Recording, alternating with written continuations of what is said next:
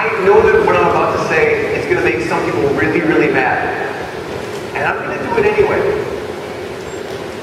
I don't like watching soccer. I mean, this is the thing. He's like, yeah. Thanks, dude. Like, no, here's the deal. He's like, so, you know, as a guy, like, as a male, fully man, people say, like, oh, Bob, like, what do you like to watch? You watch football? I'm like, no. Okay, are you like more a baseball guy? Nope. Are you like a football guy? Like, no. Soccer? No. Why? Because I don't understand. I don't understand. I never understand. Why would I love whatever the sport is. Why would I want to watch someone else do it when I can have the chance to do it myself? Like, I guess I don't understand this. When it comes to this, I like this. But here's the thing, it's this frustration. And I get it, like, you want people who are awesome, but I don't understand. I also don't understand, like, the idea of wearing someone else's jersey or someone else's number. Like, you might have that, and that's you, and that's fine, that's wonderful. I want to wear my number. I want to wear my name on the back of my shirt. I don't need to have someone else who's like, they're great, and I'm where they're. I want to do it, that's my problem. That's why I don't like watching sports, because why would I want to watch someone else do what I actually love doing? I mean, again, at the same time, you know, that's one of the reasons why we love stories so much. Because in stories, you get to kind of feel like you're part of it. Like, maybe that's part of what it is with, you know, sports and whatnot. Like, you get to feel like you're part of it. But like movies is not one of those things. One of the reasons we watch them is because you get to like lose yourself. You feel like I'm in it. There's certain kinds of movies, certain kinds of stories that they even bring you in even more. Like, you know, musicals. Like, they don't kind of bring you in. You just wanna sing along. It's time to see what I can do. Test the limits and break through. Right, no wrong, no rules for me.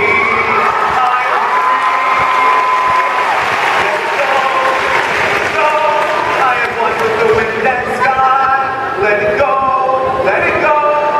You'll never see me cry. Here I stand, and here I'll stay.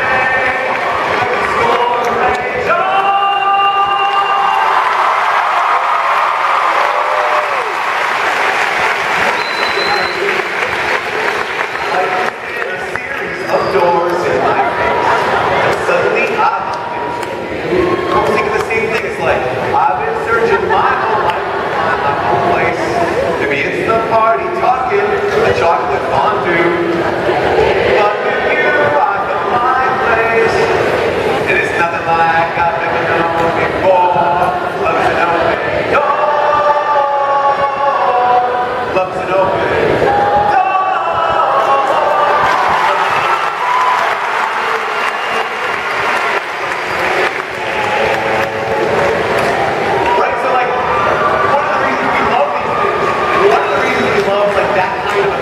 Because you get to feel you're part of it. We just did a duet, you guys. It was special and amazing. But isn't it funny that that movie Frozen? I don't know if that was a movie called Frozen. In that movie, I'm so struck by like the two characters, Anna and Elsa, and those songs, right? The songs in that movie, those two songs. Like, Let It Go is like the anthem of the movie, right? It's like the one she's like, I'm gonna see, you know, no right, no wrong, no rules for me. Do you guys realize when someone says that, no right, no wrong, no rules for me, and they have the ability to freeze the entire planet? That this is the song of a villain. I don't know if you got that. Like, it's time to see what I can do. You're all dead. Like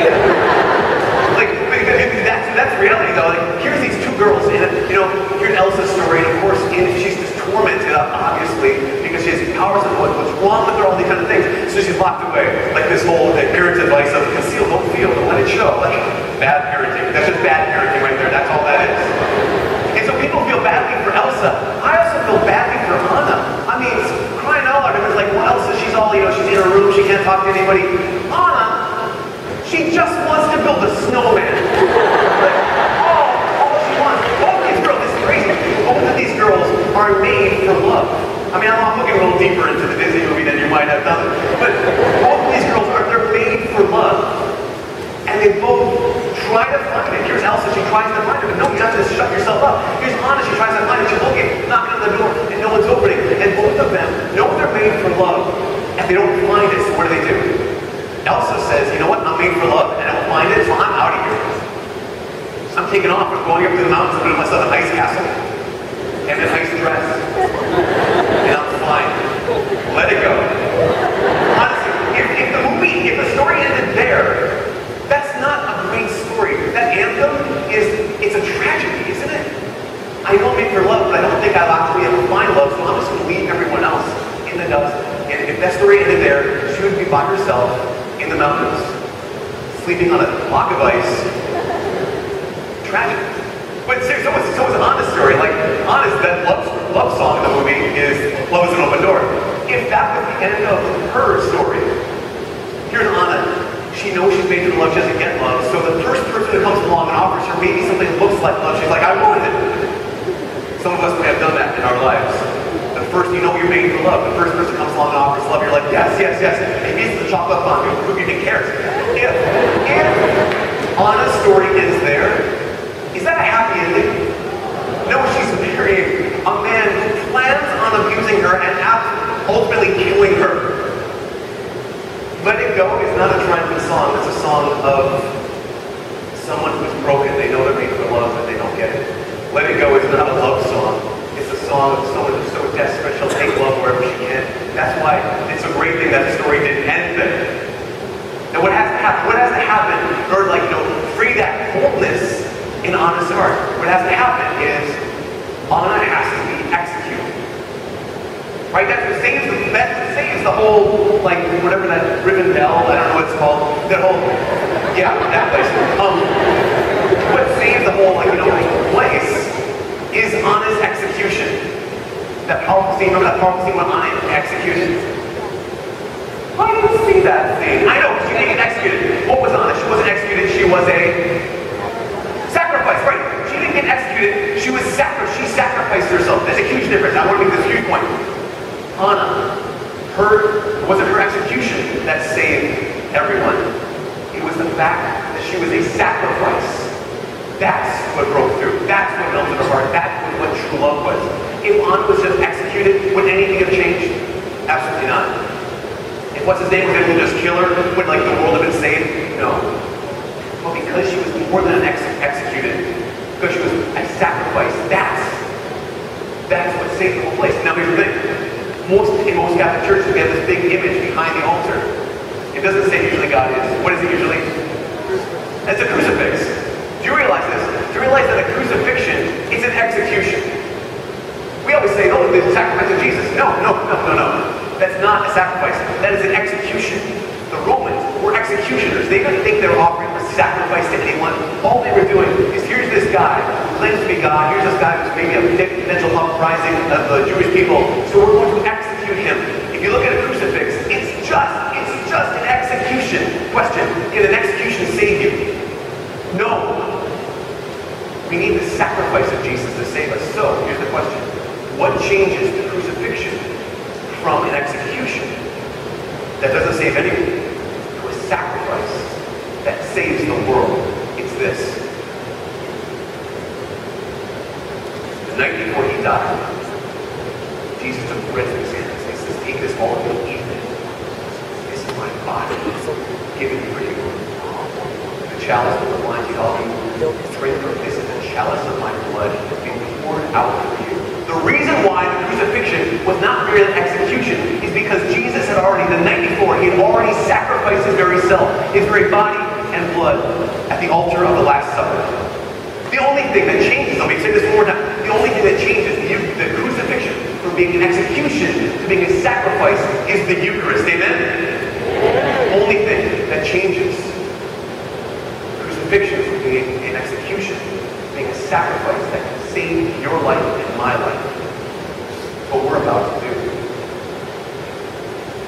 What we're about to do, we're not going to offer up the execution of Jesus.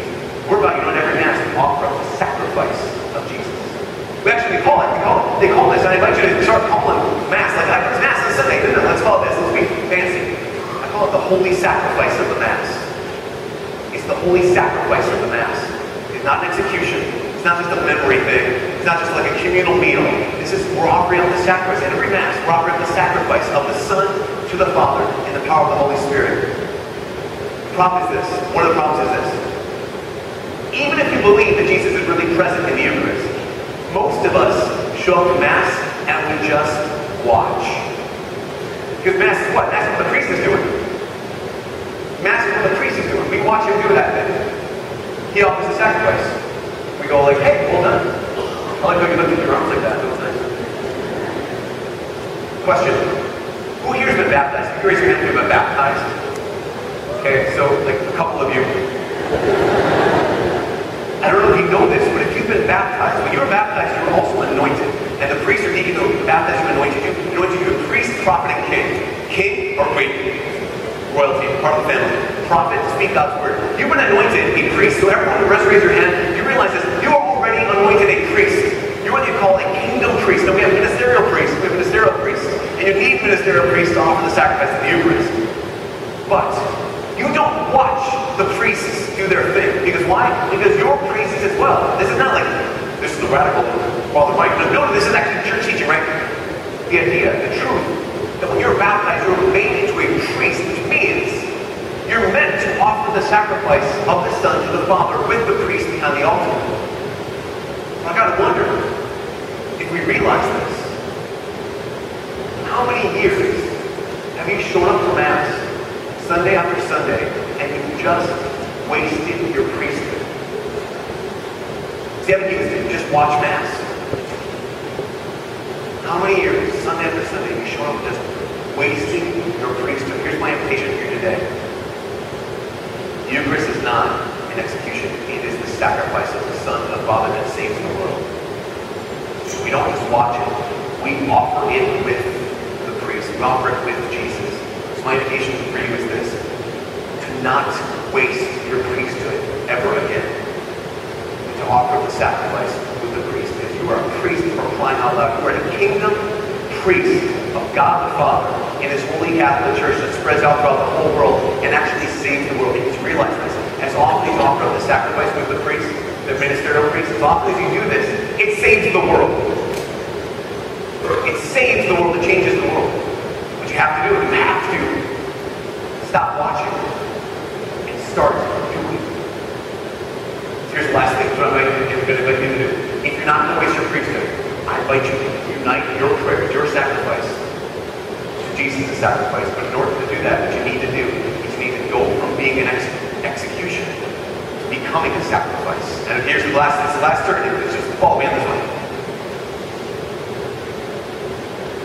That Pope Genius, bishop back in the day, he once talked to all the priests, and he said this. He said, when you're ordained a priest, you're ordained to live the sacrifice, but you're also ordained to be the sacrifice. When you're made a priest, you're not only ordained to lift up the sacrifice, you're also ordained to be the sacrifice. You have to be the victim with Jesus. To be the sacrifice with Him. Now I'm going to say the same thing for you. When you are anointed a priest in baptism, kingdom priest in baptism, you're also anointed to be a sacrifice. Think what the priest say. Pray, my brothers and sisters, that my sacrifice and yours may be acceptable to the Father. Your sacrifice too, but part of that sacrifice, yes, it's Jesus. It's His body, blood, split, and it's Him on the cross. It's also your suffering.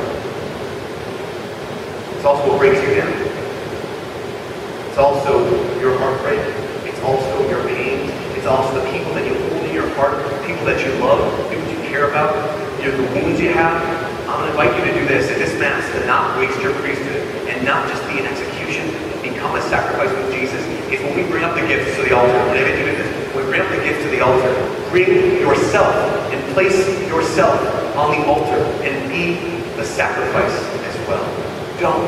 From now on, I'm going to do this every Mass until the day that you enter into the heavenly Mass. Don't. Please, please, please. Don't waste your priesthood. Don't just be an execution. But as a kingdom priest, Jesus Christ,